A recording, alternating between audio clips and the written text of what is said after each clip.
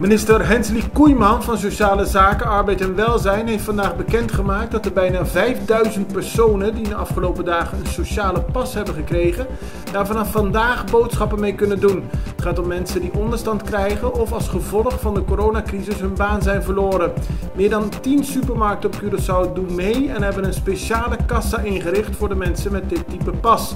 Er mogen alleen levensmiddelen met de pas worden gekocht. Geen alcohol, tabak of telefoonkaarten.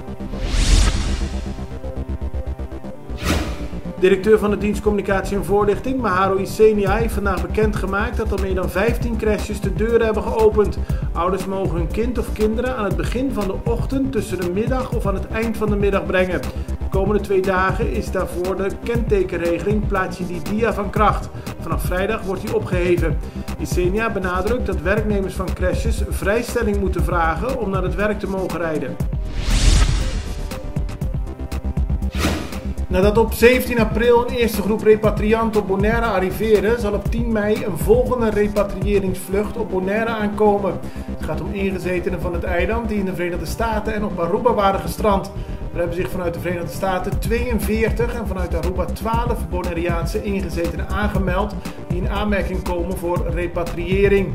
Het Amerikaanse consulaat op Curaçao organiseert namelijk op 10 mei een vlucht van Fort Lauderdale naar Aruba om Amerikaanse burgers te repatriëren. Aruba, Curaçao en Bonaire grijpen deze mogelijkheid aan om ook eigen gestrande ingezetenen terug naar huis te laten keren.